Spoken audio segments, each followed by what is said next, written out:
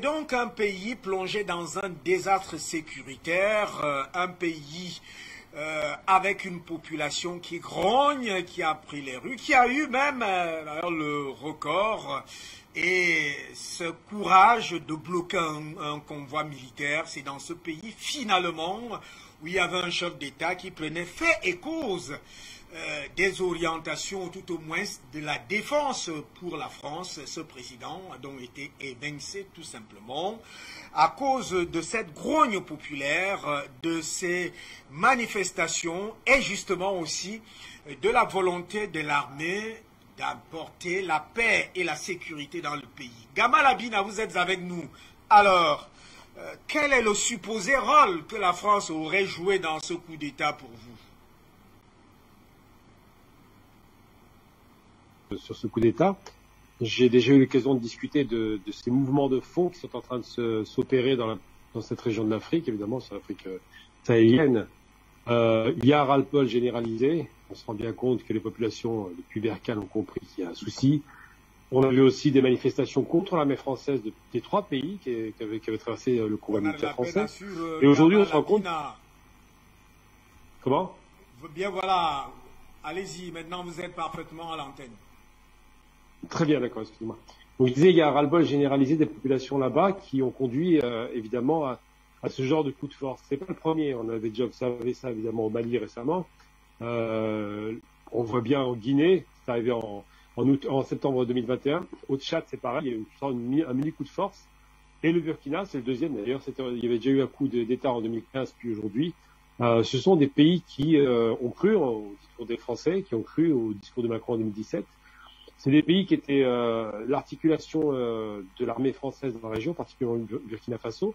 Et ces pays subissent depuis maintenant une dizaine d'années ce fameux terrorisme qui vient du nord de l'Afrique et qui a littéralement fragilisé la société civile, qui a littéralement mis, il y a eu beaucoup de morts, mis le terrorisme au cœur des préoccupations des populations, alors que ces pays devraient être en train de travailler à leur développement. Et ces pays se sont mis sous la coupe, sous la tutelle militaire française, et le résultat, c'est qu'au bout de 8 ans, les résultats de cette fameuse opération Serval lancée par monsieur Hollande, c'est un résultat calamiteux, ça n'a pas porté ses fruits. Et donc, il était attendu et c'était couru d'avance qu'il y ait des coups d'État. C'est un effet domino qui est en train de se produire. Et on a entendu la rue burkinabé d'ailleurs parler et dire une chose très intéressante pour ceux qui ont manifesté leur soutien. Il faut se rappeler qu'il y a des soutiens aux coups d'État. Ce n'est pas les coups d'État militaires détestés dans certaines régions. Là, c'est des soutiens directs. Eh bien, les burkinabés disaient deux choses. Ils disaient d'abord que ce sera un rétablissement de l'ordre, comme les dirigeants disent actuellement, mais surtout, ils disaient qu'il fallait se rapprocher des Russes, qu'il fallait se rapprocher du modèle malien, et qu'il fallait sortir de cette espèce de tenaille occidentale du chantage à la démocratie qui consistait à dire soyez démocrate, mais la stabilité chronique peut persister. Donc c'est ce qui est aujourd'hui actuellement en jeu dans la région, cette espèce de chamboulement géopolitique avec le soutien des Russes et des Chinois, puisque c'est les deux puissances les plus importantes qui sont en train de se positionner, fait que les Burkinabés ont considéré qu'il n'était plus nécessaire d'avoir la France sur son territoire. Et donc on se retrouve dans le même schéma directeur qu'on a vu au Mali, à savoir nous voulons récupérer notre souveraineté. Et cette récupération de souveraineté se fera pas avec la France évidemment, mais avec d'autres partenaires bien plus sérieux de leur point de vue. Malabina, on va quand même voir cette affaire de près. Est-ce que pour vous, qui est le lieutenant-colonel Paul-Henri Sandaogo Damiba? Alors, on sait déjà que c'est un homme qui a une formation militaire en France. Donc ça, c'est une chose qui a quand même une certaine, j'ai envie de dire, qui peut avoir une application sur le plan de sa relation avec la France, soit positive, soit négative. Rappelons-nous tout de même que la plupart des grands militaires asiatiques qui ont combattu la France en Indochine étaient aussi des gens qui ont été formés dans les écoles françaises, à la Sorbonne particulièrement. Donc que ce soit Ho Chi Minh, que ce soit des grands leaders de la résistance, souvent ils ont été formés dans les pays occupants. Mais il y a une chose qui est certaine, c'est qu'il a créé un livre, effectivement, vous l'avez évoqué tout à l'heure, dans lequel il met clairement en question la stratégie anti-terroriste qui a été conduite jusqu'à présent.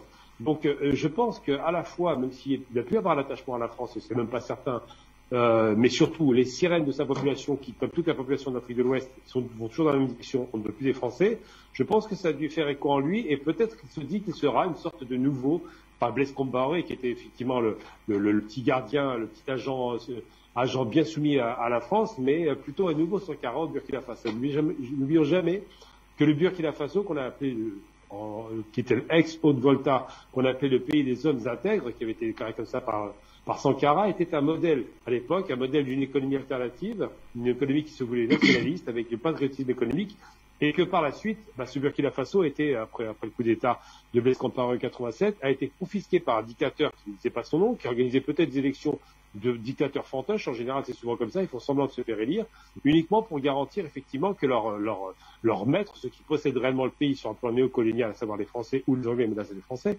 que ces gens-là soient satisfaits.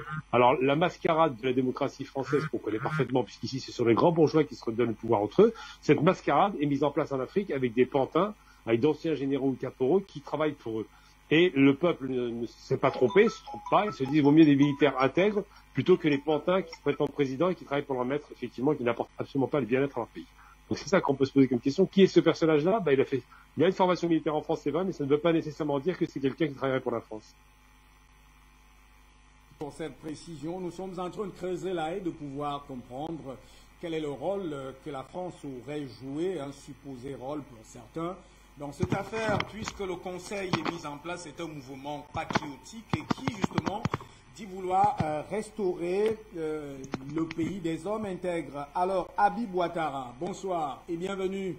Pour vous, est-ce que vous pensez que le lieutenant-colonel Paul-Henri Sandaogo Damiba aurait des penchants avec la France et que des choses se sont tissées dans l'ombre? Bonsoir. Nestor Podacé, merci à vous de nous rejoindre. Oui. Bonsoir Iber Itundi, bonsoir à Afrique Média, bonsoir à tous les panafricains, bonsoir à tous les techniciens et merci beaucoup pour votre accueil. Merci.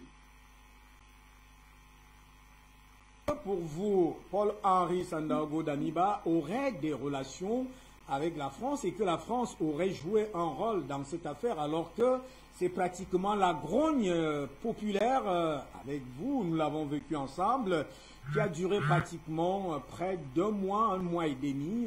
Je rappelle la toile de fond où le pic de cette affaire, c'était le blocage sur place pendant des jours de ce convoi militaire de Barkhane, le 32e du genre.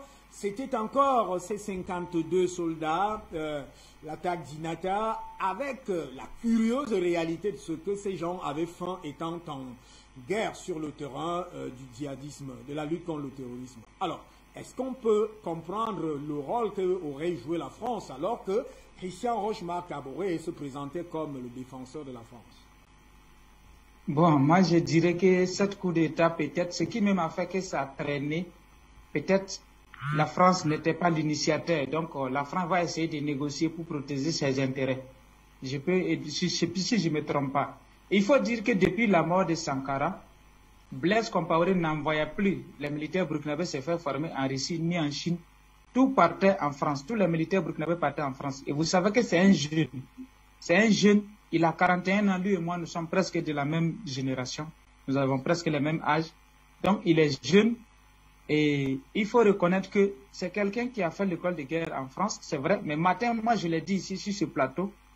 Ce n'est pas à lui de faire ce qu'il veut faire. Ou bien même s'il a tissé un accord avec la France. Je ne sais pas. Je ne peux pas affirmer cela. Mais ce que je sais, aucun président au Burkina aujourd'hui ne peut venir faire la volonté de la France. Ce n'est plus possible. Parce que le peuple a décidé d'en finir avec la France. Et on a bloqué le convoi de l'armée française ici en novembre 2021, dont lui-même, il était témoin. Et à dire aussi, c'est quelqu'un qui a fait le Sahel parce que il était dans le régiment de sécurité présidentielle de Blaise Compaoré, le fameux RSP, qui a été dissous dans le passé. Mais il faut reconnaître qu'après la mutinerie de 2011, il est tombé en disgrâce avec... on l'a envoyé au Sahel comme une punition. Donc, depuis 2011, il était le commandant du 11e régiment d'infanterie commando RIC de Dori. Après, il rejoignait aussi le 12e RIC de Waïgia. Et toujours après les événements de 2015, donc le RSP a été dissous, il a été envoyé en Europe, en France, pour encore faire l'école de guerre, pour se perfectionner. Il a même fait Gabon aussi. Tout ça. Après, il a fait la mission de la MINUSMA comme le responsable des renseignements là-bas. Et quand il est revenu, en 2018-19, je pense, il a été nommé le commandant du régiment de commandement d'appui et de soutien, le RCSS, logé au camp général Babassi, ex-camp 11, qui est basé à Ouaga ici.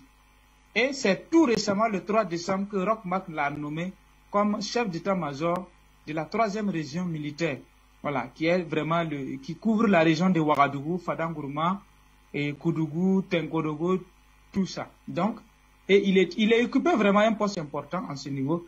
Et donc, si on regarde très bien son parcours, c'est vrai, il faisait partie de la garde prétorienne de Blaise Compaoré.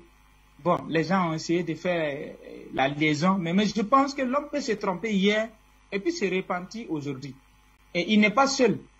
Vous voyez qu'ils sont composés de plusieurs hommes dans le groupe et jusqu'à présent, ils sont toujours en tractation avec d'autres corps pour pouvoir faire sortir une feuille de route.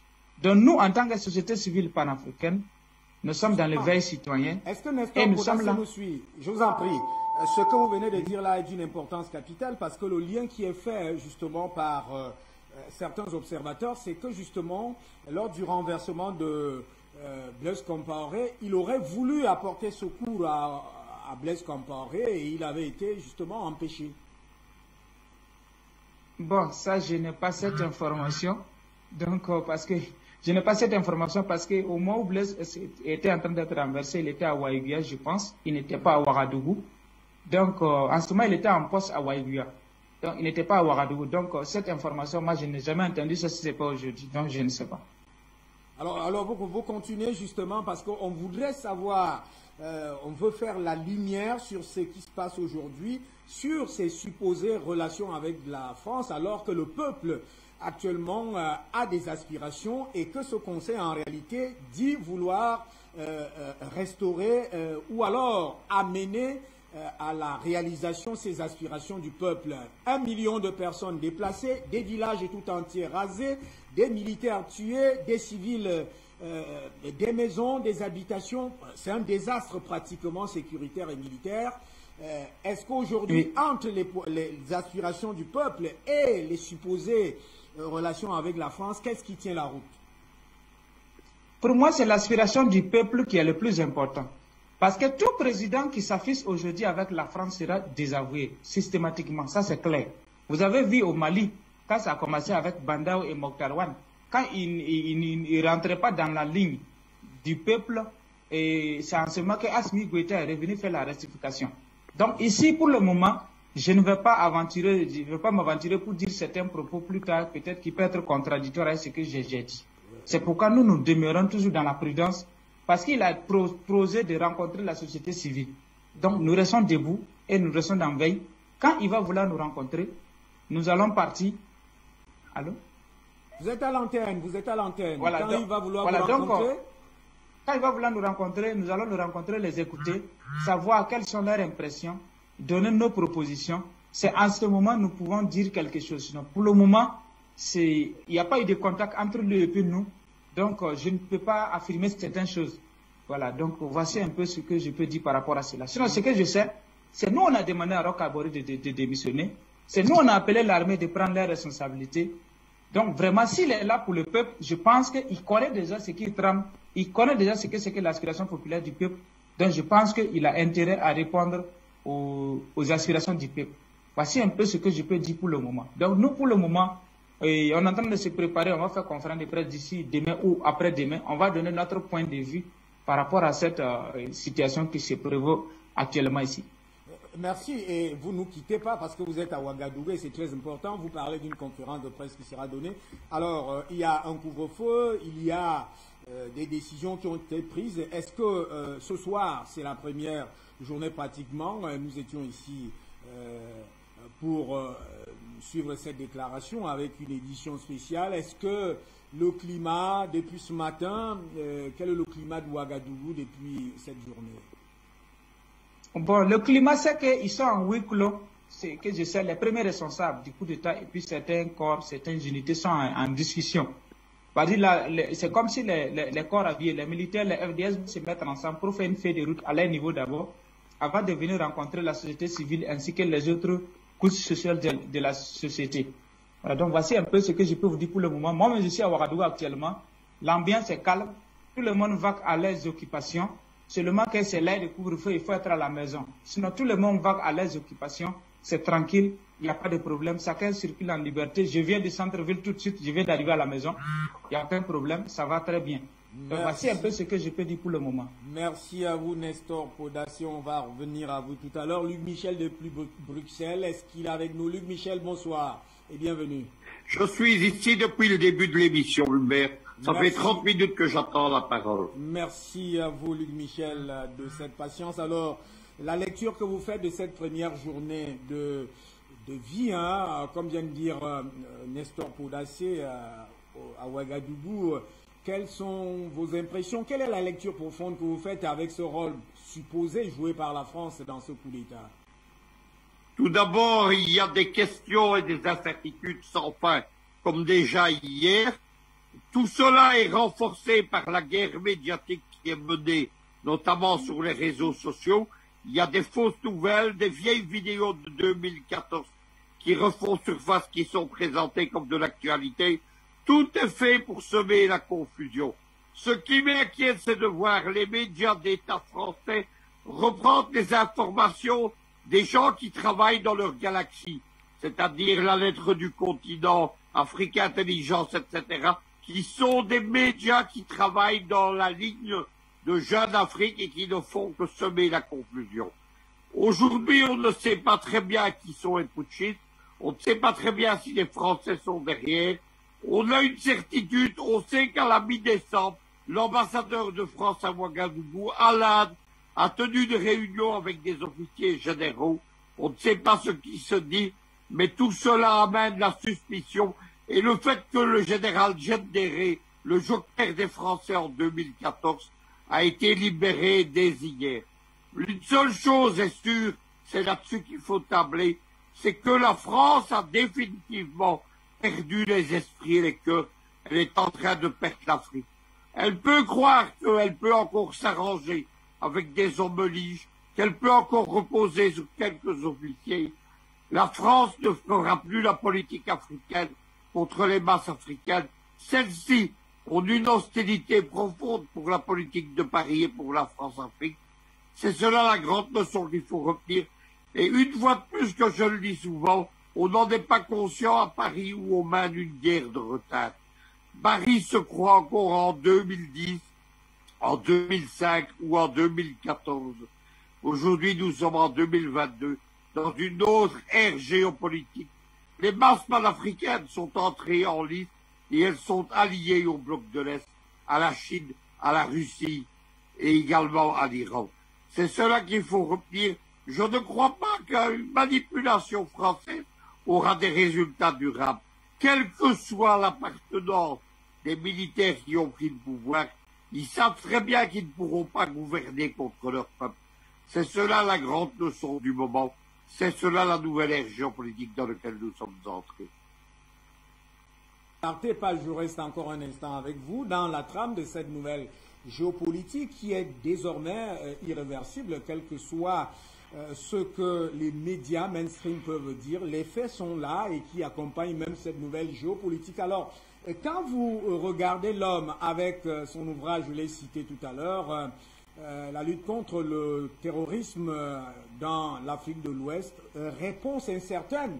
Alors, quand vous lisez ce livre et que vous voyez l'homme, est-ce que vous faites le lien entre le programme aujourd'hui qui peut être appliqué à partir du Burkina Faso, avec les aspirations du peuple, et l'homme en lui-même? Écoutez, c'est un soldat de métier qui a une compétence, une technologie et des convictions. Maintenant, ce qu'il faut retenir dans l'affaire, c'est qu'il est issu d'une armée qui volontairement a été minorisée par Blaise Compaoré. Vous savez, on disait que le Burkina Faso, c'était le pays des coups d'État, et Blaise avait tout fait pour que l'armée ne soit plus un danger, ne soit plus un État dans l'État capable de prendre le pouvoir. C'était une armée mal encadrée, mal payée, mal équipée. On se souvient de la cinquantaine de gendarmes qui avaient été tués par les djihadistes. On les avait laissés mourir en ne leur fournissant même pas les approvisionnements et la nourriture qu'ils réclamaient.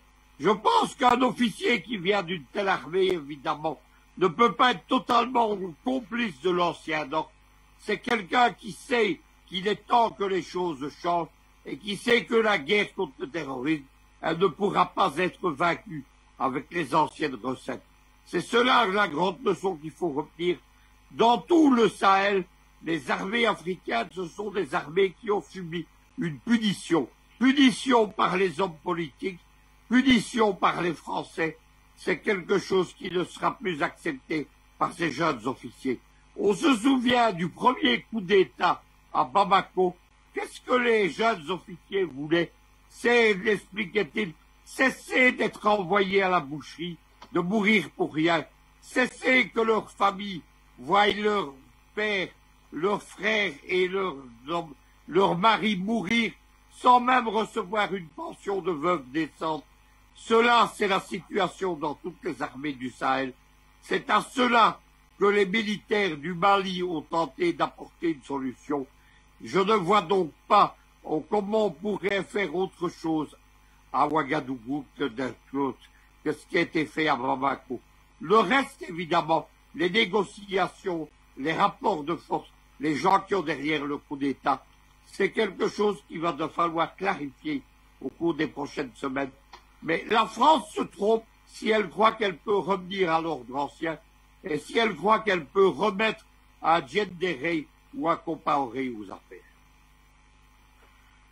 Michel, alors, Habib Ouattara, est-ce que Habib Ouattara est avec nous? Oui, je suis bien avec vous et j'allais vous remercier pour l'invitation sur ce plateau. Je vous ai pris en retard, vous m'en excusez beaucoup. Je remercie vos invités. Je vous remercie encore pour tout l'engouement que vous donnez au panafricanisme. Parce que l'Afrique Média fait beaucoup pour l'Afrique déjà. Et de plus en plus, les Africains commencent à prendre conscience. Il faut dire, c'est le cas du Burkina, où, avec ce coup d'État, nous commençons à prendre le train en marche et nous pensons que cette fois-ci, après 7 années d'insurrection, nous allions pouvoir mettre en place un système souverainiste qui puisse profiter à l'Afrique tout entière, parce que c'est de ça qu'il s'agit. Et de nos dirigeants actuels, l'affaire de leur peuple, comme j'ai pris le train en marche, j'attends que vous poursuivez pour pouvoir intervenir avec les éléments que vous pourrez apporter comme éléments. Vous êtes en train d'intervenir et cela est très très bien parce qu'on a envie de savoir, alors le coup d'État est issu d'une situation presque chaotique, un désastre sécuritaire, des attaques presque dans tout le pays, Luc Michel venait de le dire, une armée affamée, mal outillée, mal renseignée, la querelle, la goutte d'eau qui finit par déborder le vase, et d'ailleurs cette affaire du service de renseignement où il a été demandé à Christian Rochemar-Kaboré de pouvoir faire démissionner, en fait, débarrasser la personne qui l'occupait, il a refusé. Alors pour vous, est-ce que dans ce contexte-là, il y aurait eu une influence de la France vis-à-vis Paul-Henri Sandaogo, Damiba? S'il n'y a pas eu, s'il y a eu influence de la France, est-ce que les aspirations du peuple aujourd'hui peuvent être mises de côté et que ce soit les instructions de Paris parfois qui se décident à l'Élysée, au Quai d'Orsay, qui prennent la priorité? Oui, vous savez, si ces militaires ont été orientés et dirigés pour la prise de cette initiative, ils l'ont fait en l'acceptant. Mais ce qui est sûr, vous oubliez une chose, que la société civile a fortement été mobilisée et a fortement contribué à sensibiliser les peuples. Que vous allez vous rappeler de ce convoi militaire qui avait été bloqué à Bobo-Dioulasso, à Ouagadougou et par la suite, pas mal de revendications qui n'ont pas été entendues par le pouvoir en place. Donc, vous imaginez, jusqu'à ce que ce pouvoir en place commence à museler la société civile, à museler le peuple qui veut s'exprimer, si ce pouvoir prend le pouvoir, disons, si ces militaires prennent le pouvoir pour servir la France, je suis sûr qu'ils sont trompés. Parce que nous avons une société civile qui s'organise très difficilement, mais peu à peu. Et je crois que cette fois-ci, ils réussiront. Parce que, vous voyez là, juste à côté, nous avons le Mali qui a beaucoup aspiré le Burkina. Donc, de par ce changement, de par cet élan de souveraineté, donc, je crois que si les dirigeants actuels ont été manipulés, c'est au pied du mur qu'on reconnaîtra le vrai maçon, parce que la société civile ne se laissera pas faire. Voilà, ce n'est pas parce que chercher à satisfaire leurs besoins dans le futur, et il va falloir qu'ils discutent avec l'ensemble des forces vives du pays, et la société civile y compris, composante de ces organisations socio-professionnelles, afin de mettre ce Burkina en route une nouvelle. Habib Ouattara, de nous avoir rejoints. C'est pas grave, puisque là, vous avez une lecture qui est la même que celle de Nestor Poudassé et de Luc Michel tout à l'heure. Il est clair que si le conseil militaire en place, qui d'ailleurs se dénomme comme patriotique, prend la même route que Rochemar, Christian Caboret, ce sera difficile pour lui. Alors, Gamal Abina, vous êtes internationaliste. Qu'est-ce qui se joue donc désormais à Ouagadougou, Burkina Faso? Est-ce qu'on peut voir le Burkina Faso prendre aussi la direction de la Russie ou alors multiplier les alliés comme le Mali l'a fait? Et quelle sera la position ou la réaction de la France dans ce sens-là? Alors, pour répondre à votre question, qu'est-ce que va faire le Burkina Faso? Le modèle malien est un modèle qui a démontré plusieurs choses. La première, les Russes sont arrivés avec des conseils militaires qu'on a prétendu être des Wagner, mais ce n'est pas Wagner, ce sont des conseils militaires d'État russes qui sont venus former des militaires non seulement en technologie ou de pointe, au renseignement, à tous les éléments qu'une armée moderne dont une armée moderne doit disposer et que la France n'a absolument pas considéré comme étant sérieux en ce qui concerne l'information. Elle ne voulait pas transmettre ce genre de compétences. On parle beaucoup de transfert de technologie et de compétences dans le civil, mais ça existe aussi au militaire. Quand on donne un avion de combat ou un hélicoptère de combat, ce qui est le cas pour le Mali, qui n'en dispose pas, eh bien, si on a ce genre de matériel militaire, on est en mesure de pouvoir faire face à des mouvements insurrectionnels ou terroristes. Et en l'occurrence, dans ce genre de conflit, c'est ce dont ils avaient besoin. Et le Burkina Faso, qui faisait partie évidemment des pays qui étaient plus ou moins opposés à ce qu'on appelle la junte, maintenant c'est comme ça qu'on va l'appeler, la junte militaire malienne, donc c'est souvent les opposants politiques, donc la France qui l'appelle comme ça, le Burkina s'est rendu compte qu'effectivement il y avait une humiliation de l'armée au Burkina, c'est évident, Luc Michel l'a évoqué, et que ça part d'abord d'une mutinerie. Et que ce colonel Paul-Henri Sandaogo, quand il va prendre le pouvoir, il a deux choses à l'esprit. La première, c'est que son pays est instabilisé par ces mouvements terroristes qui commencent à poser problème, évidemment, au niveau de l'État. Mais surtout, il se rend compte qu'il y a une popularité du côté malien, c'est-à-dire que la population, il y a 5 à 6 millions de personnes qui ont manifesté le soutien de ce qu'on appelle la junte militaire en Occident, qui est simplement un mouvement patriotique. Ce sont des militaires qui font un peu comme le modèle d'ailleurs qu'on avait vu en Libye en 69 pour la révolution du 1er septembre, ou en Égypte, quand Nasser et les généraux et les officiers prennent le pouvoir en 52, tous ces mouvements inspirent l'Afrique qui elle-même a bénéficié de ce genre de mouvement avec à l'époque la prise de pouvoir par Thomas Sankara. Donc c'est souvent de jeunes officiers qui prennent le pouvoir et qui sont des nationalistes. Alors j'en veux pour preuve le nom déjà qui a été utilisé, c'est le mouvement patriotique pour la restauration pour la sauvegarde et la restauration de la nation évidemment, parce qu'ils considèrent qu'il n'y a pas de sauvegarde et de restauration de l'état de droit là-bas, qu'il n'y a pas de sécurité, que le territoire est de façon chronique instabilisé par des mouvements dont on ne sait pas vraiment qui les finance, mais dont on est certain qu'ils font beaucoup de morts et qui ont évidemment, dans une attaque, humilié l'armée, un corps d'État, quand même, d'un État-nation, burkinabé, puisqu'il y a une centaine de personnes qui avaient été tuées au niveau de, je crois, si je ne me trompe pas, c'est des militaires ou des policiers. Je n'ai pas un souvenir précis. Mais ce qui est certain, c'est qu'effectivement, le Burkina, qui a essuyé beaucoup de coups d'État militaires à une époque, qui a bénéficié d'un nationaliste, qui était donc Thomas Sankara, a à nouveau subi un coup d'État conduit à l'époque par Mitterrand. Donc tout cela, ce sont des choses qui sont connues et sues de la population. C'est-à-dire que les Africains sont très informés, très politisés, ont une mémoire longue, contrairement aux Français, et se souviennent qui est à l'origine de la catastrophe dans le Burkina.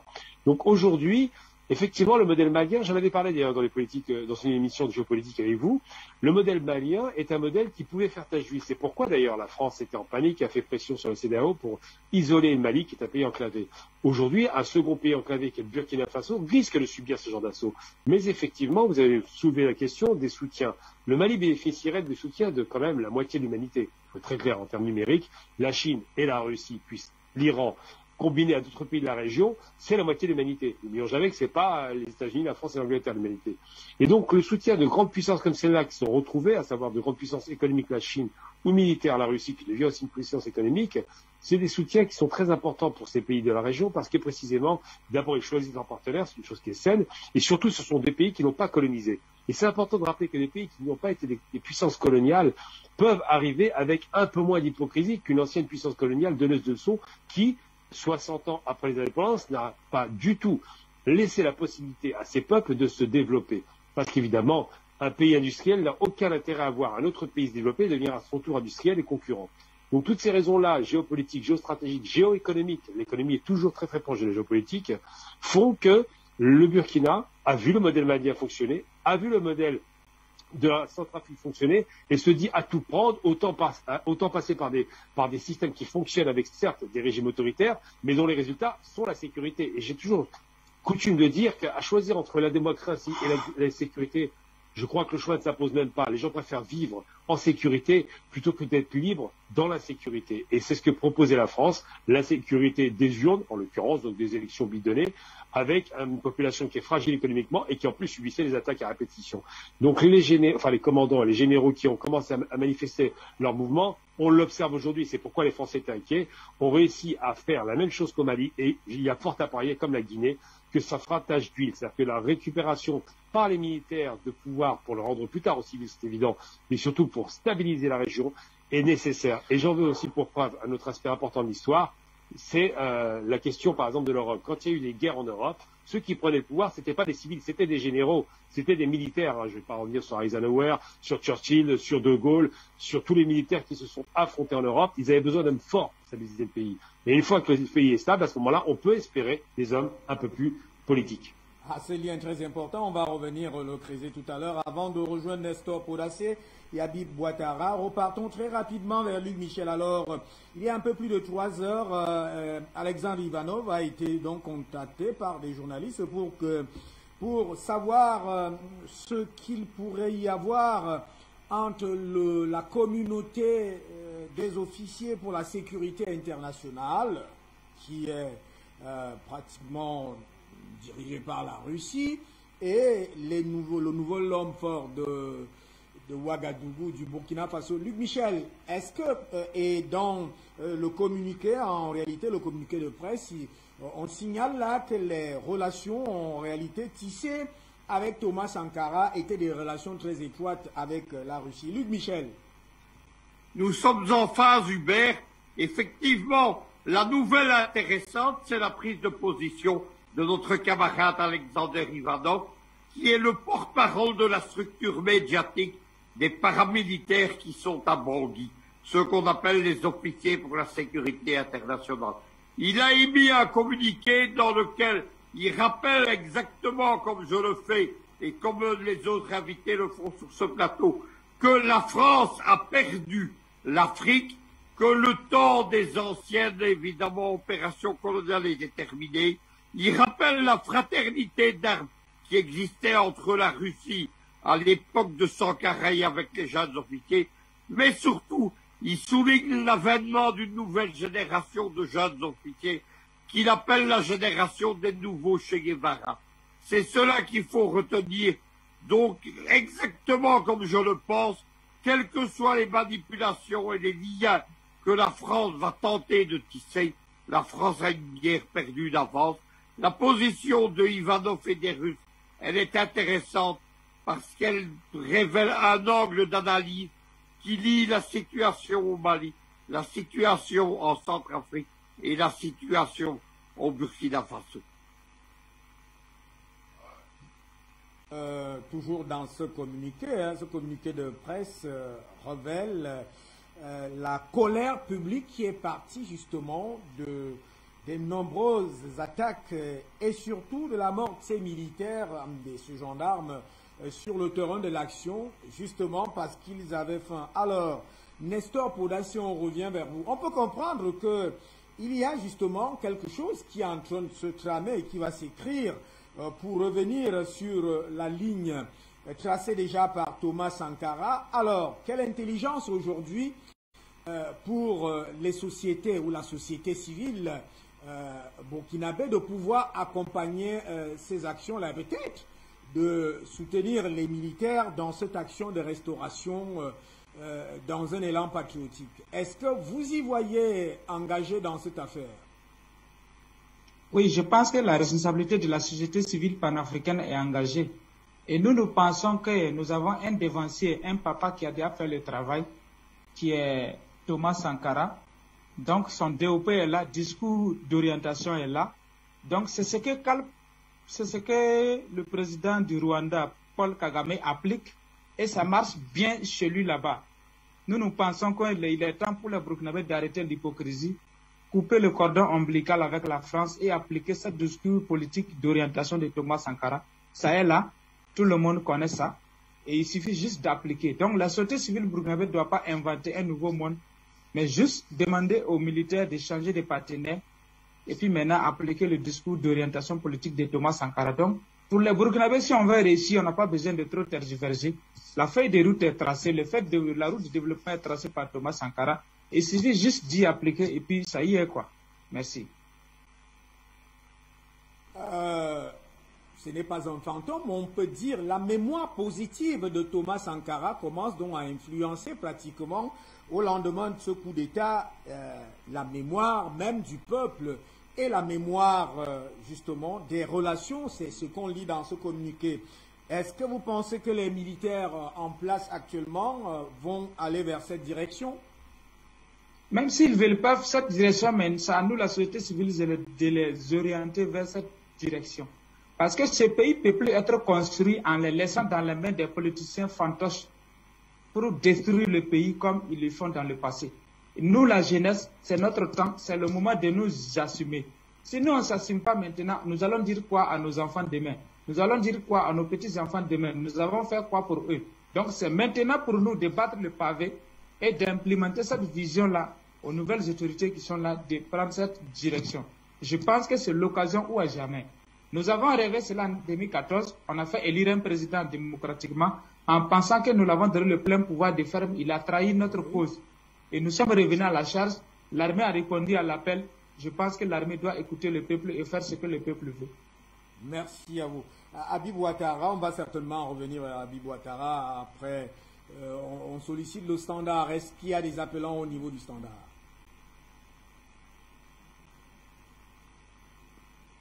Est-ce que nous avons des appels au standard?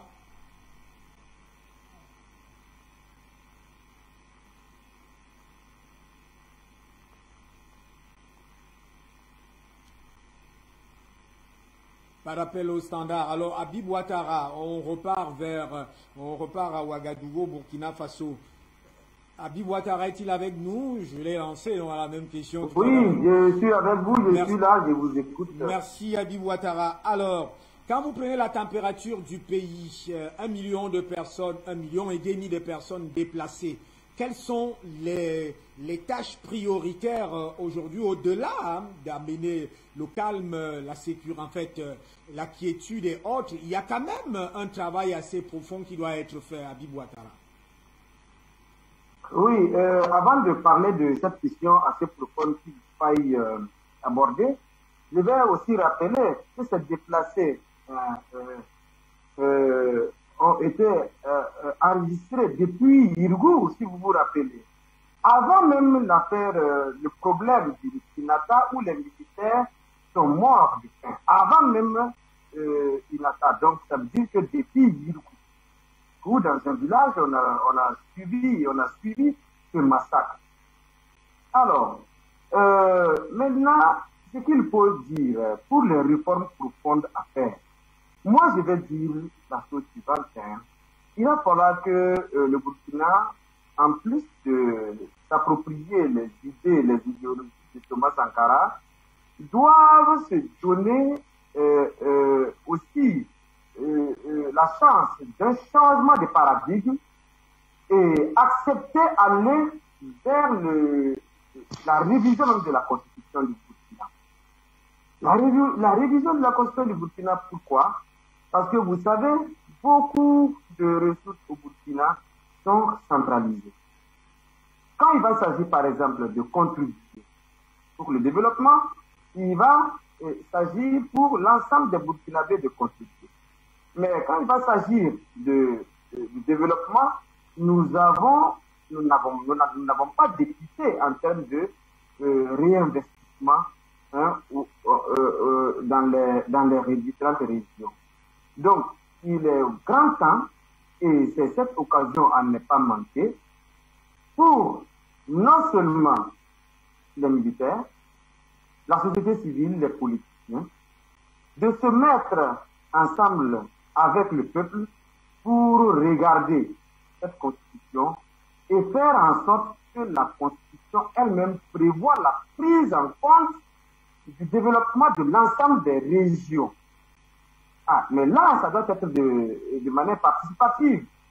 Il va falloir que nous regardions ensemble et avec l'ensemble du peuple, bien sûr, à la base, voir les problèmes, même s'il faut lobotomiser le politique, et il va falloir le faire pour qu'ils comprennent qu'il est enfin important que la Constitution prenne en compte l'ensemble du développement de toutes nos régions, les 13 régions du Burkina Faso. C'est de cela qu'il s'agit.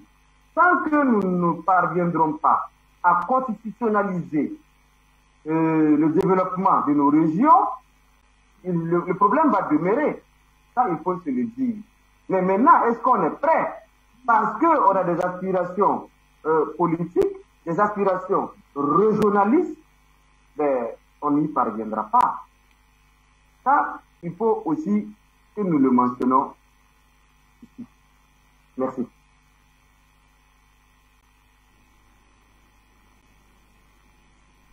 Merci Habib Ouattara. Quelques soucis de connexion, on va certainement vous retrouver. Et j'essaie de rappeler ce que vous avez dit. En principe, vous avez préféré d'abord situer cette question de la loi fondamentale, qui est même le socle de l'État, tout à fait de la nation. On sait d'ailleurs que tout cela a été dissous et que justement il y aura une nouvelle constitution. Vous exigez, en fait, vous souhaitez que cette nouvelle constitution prenne en charge les aspirations de développement dans toutes les régions et qu'il faut cette capacité. À cela s'ajoute cette affaire d'ethnicisation et de tribalisation qui d'ailleurs a coincé la mobilisation ou les actions de l'armée. Mais en réalité, aujourd'hui, est-ce que le peuple en lui-même ou les forces vives pourront aller dans ce sens? Parce que quelque part aussi, il y a trop de divisions. Comment l'armée va mobiliser ou va faire tout cela s'il n'y a pas une mémoire collective comme celle qui avait été donnée par Thomas Sankara? Habib Ouattara est-il toujours avec vous? Oui. Bien voilà, vous continuez. D'accord. Ce qu'il faut dire, cette mémoire collective est constructive. Il est possible de la construire. Mais avant, il va falloir que nous acceptions aller vers un dialogue national, vers une réconciliation, vers la fermeture des fractures sociales et aller également vers le pardon. Sinon, il sera très difficile de créer ce cadre de développement où l'ensemble des Burkinabés se retrouveront pour regarder dans le même sens. Et pour cela, ce qu'il faut ajouter, c'est qu'il nous faudra construire quelque chose sur la base de l'éthique. L'éthique, pourquoi je vais tenter de l'expliquer très simplement. Il va falloir que nous décidions des choses que nous tous nous respecterons. Quand il va s'agir de mettre un feu tricolore quelque part, et que nous devons respecter ce feu tricolore, on ne doit pas trouver des gens qui viennent franchir ce feu tricolore-là. Donc, la valeur éthique doit être au cœur de ce paradigme-là, sinon on n'y parviendra jamais.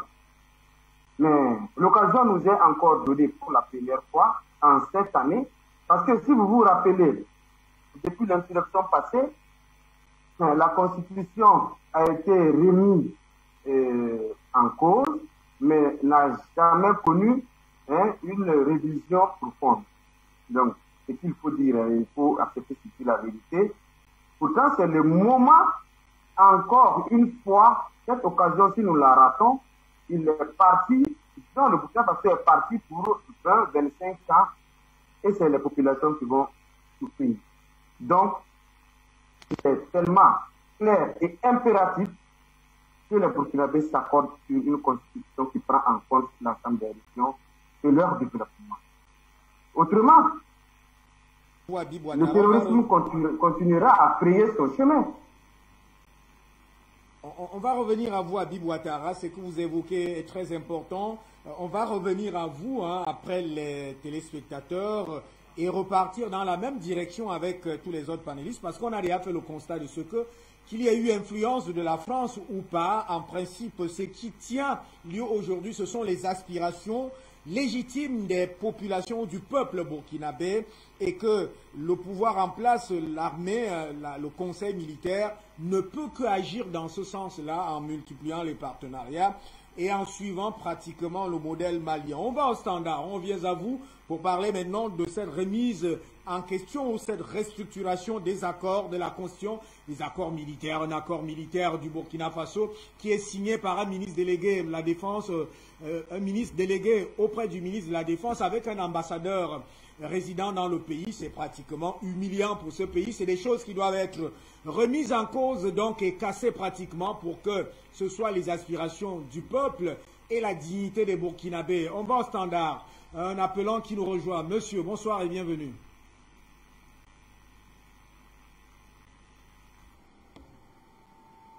Est-ce que cet appelant est avec nous? Bonsoir, monsieur Beltoudi. Et je dis bonsoir comme ça à tous vos invités.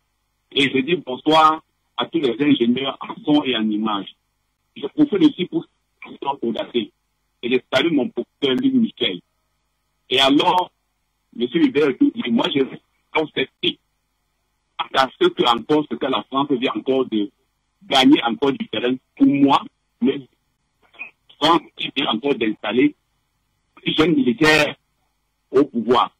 Parce que d'après toute la formation en France qui a été formée par les Français, pour moi encore, je suis encore sceptique. Pourquoi? Je me dis que c'est la France qui est encore à la manœuvre. Et je suis en train d'appeler la population du Burkinabé. Depuis que je vois la manifestation, le Burkinabé, je n'ai pas vu faire flotter le drapeau de la Russie pour demander la Russie à venir à leur secours. Comparativement à ce que nous avons vu au Mali, les peuples maliens, eux, étaient pragmatiques.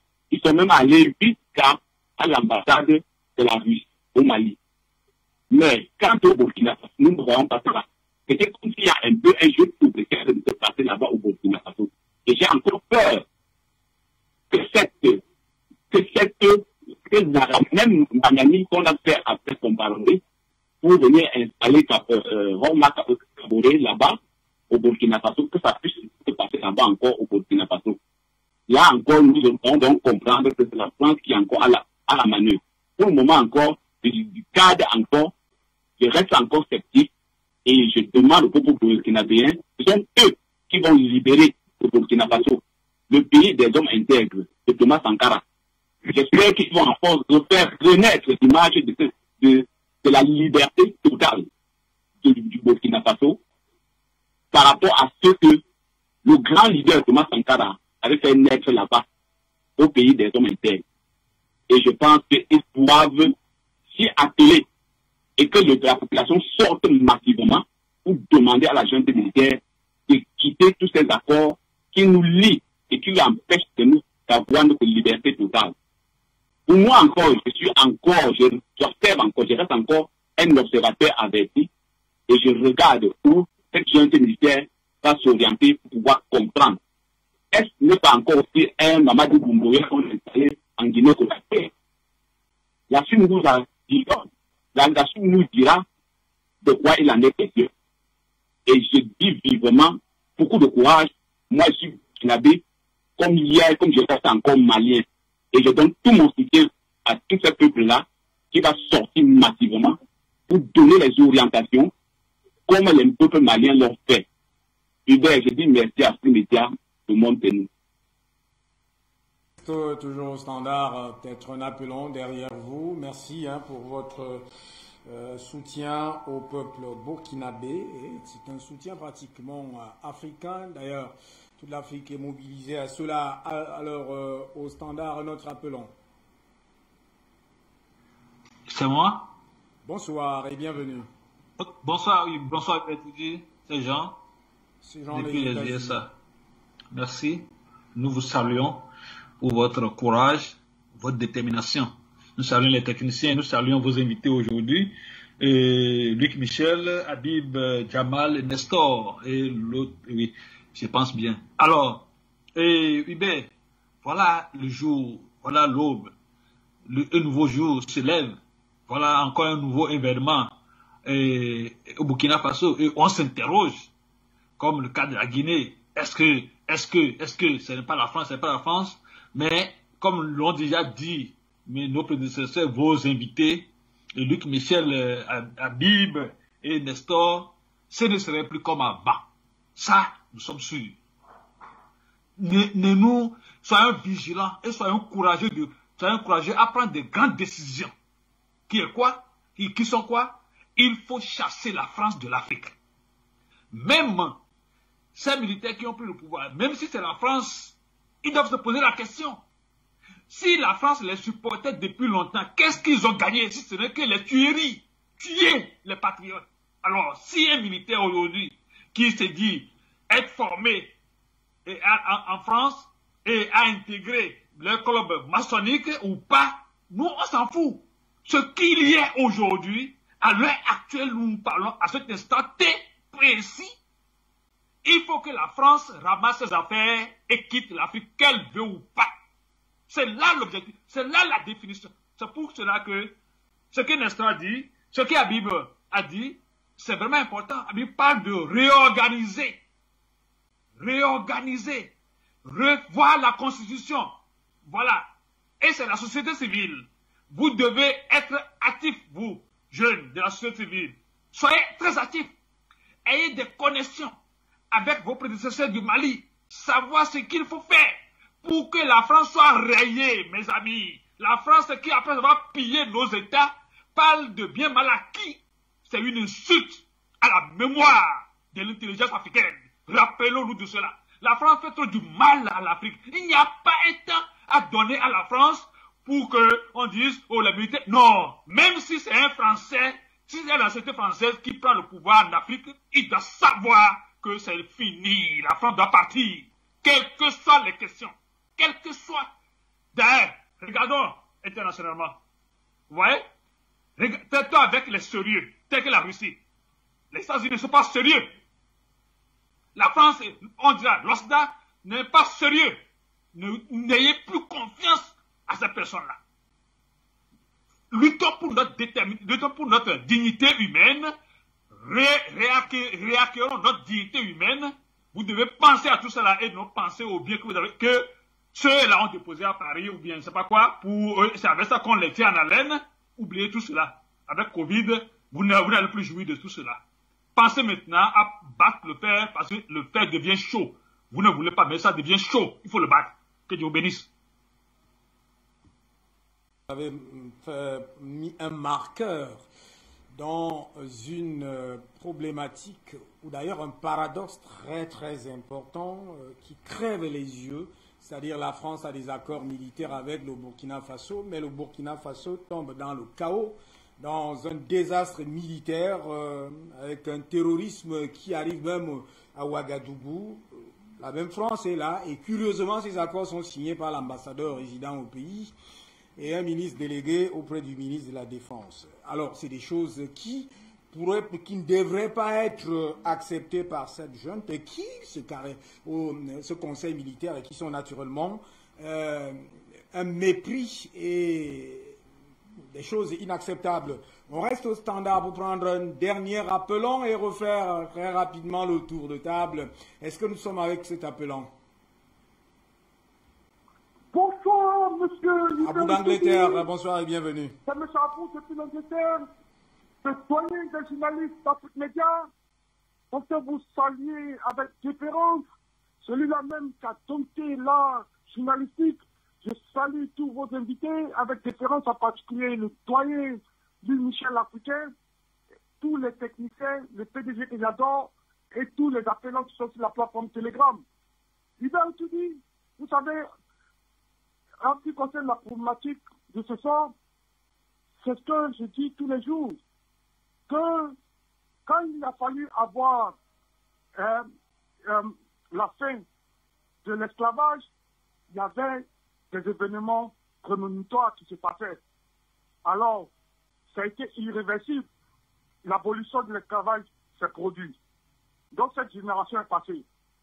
La génération qui a suivi était la génération des indépendances factices sur papier et la fin du travail forcé. On a vu que c'était irréversible. Cette génération est passée. Donc, nous sommes à l'ère où c'est la rupture avec la France, la rupture de la France-Afrique. Donc, que les Français le veulent ou pas, c'est irréversible. Ce vent qui a commencé à souffler. La brèche a été ouverte d'abord par la France-Afrique, qui a fait ses preuves. C'est eux qui ont ouvert le chemin, a dit que la relation avec la Russie, actuellement, c'est que tout pays africain, ce dont tout pays africain a besoin pour se libérer. Et ça fait ses preuves. Vous comprenez? En ce plein 21e siècle où Afrique Média a ouvert les yeux de tous, nous tous, en Mondial Vision, on a vu ce que la Russie a fait en Centrafrique. Et ça, c'est du pragmatisme. Ce sont des preuves palpables qu'ils sont des partenaires crédibles et les Africains peuvent compter sur eux. Et ça a suivi au Mali. Donc, le Mali est venu frayer le chemin. Donc, quand tous ces cannibales ont été créés, le Burkina ne peut pas faire l'erreur de nous ramener en arrière. Parce que il y a déjà le bon exemple qui a déjà fait ses preuves. Coopération avec la Russie. Et c'est ce que je disais. Je disais que les militaires patriotes qui ont pris le pouvoir actuellement, le peuple burkinabé, dont nous sommes très fiers, parce que en Côte d'Ivoire, on a l'habitude de dire que Ivoiriens ne tuent pas de cauchemar. Mais nous, aujourd'hui, on peut dire que c'est Burkinabés qui ne tuent pas de cauchemar. Les Burkinabés nous ont montré qu'ils sont garçons. Eux, ils ne tuent pas de cauchemar. Parce qu'ils ont fait leur preuve 2 fois maintenant. Et eux qui ont fait leur preuve, ils doivent faire comme le Mali, comme les Maliens le font. Les Maliens, le peuple malien, c'est eux, avec leurs manifestations, qui galvanisent les militaires patriotes qui sont au pouvoir, qui leur montrent la direction à prendre. C'est eux qui les ont poussés, par exemple, à décider que la transition devait faire 5 ans. Vous comprenez? Donc, c'est comme ça que le peuple, en synergie avec la jeune, doit les encourager et diriger cette transition. Ne pas faire comme ils l'ont fait dans le passé, où ils se sont fait voler leur révolution. Donc, en fait, je veux dire que le modèle et le modèle de coopération avec la Russie a fait ses preuves en Centrafrique et au Mali, ceux qui sont sceptiques, tous ceux qui pensent que la France est derrière, quel que soit que la France soit derrière, et ces agissements seront comparables à ce coq-là qu'on égorge, qui se débat, alors qu'il sait qu'il va mourir. Ça vous dit quoi? Que la France veuille ou elle ne veut pas, la fin de la France-Afrique a déjà sonné, et c'est un mouvement qui est irréversible, parce qu'il faut lire les grands événements, il faut lire les signes du temps, et les signes du temps nous prouvent qu'il y a une fin à tout. Donc tout ce que la France peut faire actuellement, le conseil que nous les Africains lui leur donnons, c'est d'apprendre à travailler comme les Allemands. Les Allemands n'ont pas de colonie, mais c'est eux qui sont premiers en économie ici en Europe. La France va apprendre maintenant à savoir qu'elle ne doit plus penser faire ses calculs avec les 15 pays qu'elle popularisait avant. Elle doit apprendre à travailler et vivre de ses propres moyens. Nous, on nous dit toujours qu'en France, sur le sol français, il n'y a que la vigne, le lait pour faire le fromage et le blé. À part ça, c'est pas qu'elle nous a forcé à nous habituer aux baguettes. À part ça, elle n'a pas de richesse. Donc, qu'elle apprenne maintenant qu'on va rentrer dans une promesse de gagnant-gagnant, qu'elle apprenne que le paresse qu'elle faisait avant et la grande gueule qu'elle faisait avant, elle doit faire profil bas maintenant, elle doit se retrousser les manches, elle travaille dur comme les Allemands pour pouvoir maintenant redevenir cette glorieuse France qu'elle veut se donner alors qu'elle n'est pas. Donc c'est fini la France-Afrique, le bouclage. Merci à vous, à bout d'Angleterre. Nous saluons aussi votre plateforme Telegram, plateforme pour les téléspectateurs d'Afrique Média. On va revenir sur ce plateau parce qu'on court graduellement vers la fin de ce programme. On a déjà répondu d'une manière assez claire à cette question, cette supposée influence de la France. Mais il y a des questions de fond. Alors Luc Michel, je commence avec vous. Non, Habib Ouattara. Habib Ouattara, vous avez évoqué tout à l'heure des questions assez profondes et qui vont dans la refondation ou la restructuration donc, de la nation, c'est-à-dire des questions de constitution, et j'ai évoqué tout à l'heure les questions d'accords militaires. Alors, est-ce que vous avez l'impression que ces questions doivent être abordées tout simplement par les militaires ou bien par tout le peuple ou toute la société? Il va se dire qu'il est clair que ces questions-là soient abordées avec tout le peuple. Parce que c'est une question souveraine, sa protection. C'est pourquoi je suis souvent choqué quand j'entends dire qu'il faut compter sur la Chine, qu'il faut compter sur la Russie, qu'il faut compter sur les États-Unis, qu'il faut compter sur la Turquie. Moi, je pense que c'est bien parce qu'on ne peut pas vivre en autarcie. Mais est-ce qu'il n'est pas possible d'avoir une armée africaine? Pourquoi ce n'est pas possible d'avoir une armée africaine? Est-ce que les États-Unis d'Afrique est impossible? Pourquoi nous devons compter que sur les autres? Nous devons apprendre à compter sur nous-mêmes. Et ça, c'est très important. Vous comprenez? Il est urgent que les Africains, c'est vrai, qu'on ne peut pas vivre en autarcie, il faut compter sur les autres pour en avoir des expériences, collaborer, faire des partages de commerce, et c'est là. Mais il faut aussi chercher à mettre une armée digne du nom pour se protéger. Et ensuite, il faut penser consommer sa propre monnaie, sinon vous n'allez jamais parvenir, vous allez vivre comme des esclaves. Concernant maintenant les accords, vous voyez, il est tellement malicieux de faire signer des accords par des ministres délégués. Dans un pays, la loi, c'est au niveau macro. Au niveau supérieur, c'est le niveau suprême. Alors, les accords doivent être signés par les premiers responsables des nations. Mais si nous allons trouver un simple délégué, signer un accord, moi je pense que ces accords-là doivent être réduits et jugés nuls et non avenus. Tout simplement. C'est un peu pareil pour le Mali. En ce moment, le Mali travaille à proposer des accords militaires, puisque je crois que d'ici février, les accords expireront. pour le Mali, c'est le moment pour le Mali de continuer des accords et proposer avec, bien sûr, le peuple de nouveaux accords à la France ou à d'autres partenaires. Et on n'est même pas obligé d'aller avec seulement la France. Après d'accord là, il faut mettre sur la table pour que le peuple puisse l'examiner. C'est souvent coûteux, certes, mais il faut souvent aller vers des référendums couplés pour pouvoir mettre certaines questions sur la table pour le peuple et sur le peuple. Surtout qu'en Afrique, ce qui est dommage, et même au Burkina Faso, spécifiquement, les législateurs sont là pour prendre des lois en faveur des régimes en place. Et comme ils savent que le peuple ne comprenne pas grand chose de ce que c'est que le législateur, ils en abusent. Bien sûr, l'exécutif doit amener le législateur à l'éclairer. Et c'est ce que les Burkinabés et les pays pauvres doivent comprendre et mettre en exécution pour pouvoir asseoir des bases solides comme des accords. Merci à vous, Habib Ouattara. On a Gamal Abina qui n'a pas assez parlé. On va aller terminer cette édition avec lui, avec cette nouvelle contextualisation de ce que, en réalité, même si la France a influencé ou elle n'a pas influencé, ce qui est important, c'est la souveraineté, en fait, la quête maintenant de la souveraineté du peuple malien. Internationaliste Gamal Abina, quelle est votre appréciation dans ce qui apparaît comme la pomme de discorde, cette affaire des accords militaires et même des accords monétaires, cet ensemble d'accords qui, en réalité, quand on lit certains de ces accords, on a des sueurs froides.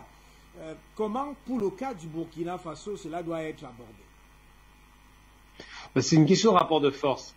Malheureusement, je viens d'entendre à l'instant, par exemple, que pourquoi est-ce que les Africains ne sont pas capables de produire une armée unique, une armée militaire des États-Unis d'Afrique, qui est un bon projet, qui est un projet que Kadhafi avait d'ailleurs porté de tous ses vœux, simplement parce que quand on sort d'une décolonisation avec une nation coloniale qui a détruit les élites intellectuelles, quand on a détruit tout ce qui était la constitution d'un pays qui commençait à naître, je parle de tous les pays africains de façon individuelle, et l'Afrique au sens large, quand la puissance coloniale a considéré qu'il fallait que ces hommes soient des sous-hommes, puisque c'est une question raciste avant toute chose, évidemment qu'il est difficile de créer après, à partir de pas grand-chose ou de rien, ou très peu d'élites, une nation. Et les rapports, effectivement, entre la France et ses anciennes colonies sont des rapports de néocolonialisme qui consistent à pérenniser l'idée selon laquelle l'Afrique ne peut pas se développer. C'est un mythe, évidemment, on voit bien avec l'Éthiopie, par exemple, ou quelques pays qui montrent le chemin de la réussite, mais c'est un mythe qu'on entretient volontairement pour garder un rapport de servage. Donc quand vous dites pourquoi est-ce que ces pays ne sont pas en mesure de produire leurs propres moyens de défense et qu'ils se retrouvent avec le couteau sur la gorge à accepter des accords intolérables, je sais, des accords de souveraineté qui sont bafoués, quand on ne peut pas garantir la sécurité de son territoire parce qu'on n'est pas équipé, parce que l'armée n'est pas formée, parce qu'évidemment tout a été mis en œuvre pour que ça n'arrive pas, eh bien malheureusement ces pays sont obligés de composer avec l'ancienne puissance tutélaire, ce qui est la pire des stratégies. Et pour répondre à la remarque qui vient d'être faite, effectivement, pourquoi faire appel aux Russes et aux Chinois? Non pas parce qu'on veut un rapport de servage, en aucun cas, je rappelais que ces pays n'ont pas colonisé, c'est important de le souligner, donc il n'y a pas de culture néocoloniale, mais surtout parce que ces pays ont l'intention de bousculer le précaré colonial anglo-français en Afrique, un peu espagnol, puisqu'il reste un petit peu l'Espagne, ou du Portugal, puisque c'est les 4 grandes nations qui ont colonisé l'Afrique, indépendamment de la Belgique, mais surtout parce que ils ont besoin de jouer à ça. Comme après la Seconde Guerre mondiale, l'Amérique a voulu déstabiliser les empires coloniaux, et bien maintenant les Russes et les Chinois décident, et c'est une bonne guerre, de bousculer le rapport néocolonial pour apporter une alternative à la fois militaire et économique. Et c'est pour cela que ces accords avaient été signés dans des rapports de force défavorables. C'est toujours pareil, quand on est faible, on ne peut pas imposer quoi que ce soit, on est obligé d'accepter tout le diktat, c'est-à-dire le diktat de l'Occident et de la France et de l'Angleterre.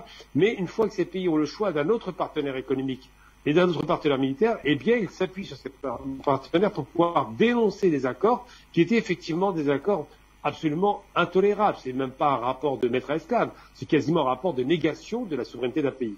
Et donc, l'arrivée des Russes et des Chinois est bénéfique dans la mesure où il y a le transfert de compétences, de technologies, de l'information, et ça donne la possibilité de pouvoir, à ces pays, pouvoir développer une industrie, pouvoir développer l'expertise et pouvoir sortir de ce rapport vraiment très délétère qui est actuellement observé. Et c'est en cela qu'il faut savoir utiliser les rapports de force internationaux à notre profit et en aucun cas se retrouver sous les rapports de force d'autres dominants. Là, a priori, ça n'est pas le cas. On voit bien que l'Éthiopie, où il y a une grande industrialisation qui est faite, et les pays d'Afrique sahélienne ont tout intérêt à jouer la carte, effectivement, des différents rapports de force jusqu'à ce qu'ils deviennent eux-mêmes forts. Pour avoir des États-Unis constitués, il faut se débarrasser de deux choses. De la sécurité, donc une armée solide, formée et équipée, puis après des industries qui vont naître, et surtout d'une monnaie unique qui soit une monnaie panafricaine en l'occurrence. Je l'appelle l'Africa parce que c'est une idée que je jette comme ça un petit peu en l'air, mais si on est capable de créer notre propre richesse, sachant qu'on a le continent le plus riche de la Terre, il est facile de dire que la monnaie aura une valeur qui sera au-delà de l'euro, parce que c'est une monnaie qui s'appuiera sur les richesses essentielles. Donc effectivement, pourquoi on est en difficulté? Parce que le rapport de force n'est pas favorable, mais aujourd'hui, on observe un tournant très bénéfique pour l'Afrique. On a la possibilité d'avoir d'autres rapports avec d'autres États un peu plus sérieux qui, peut-être, nous donneront des solutions. Mais je pense qu'on y arrivera. L'Égypte avait montré la voie à une époque et à la nationalisation du canal de Suez parce qu'elle avait le soutien des Russes. Eh bien, nous devons nationaliser les richesses des pays parce que nous avons le soutien des Russes et des Chinois. Merci à vous, Gamal Abina.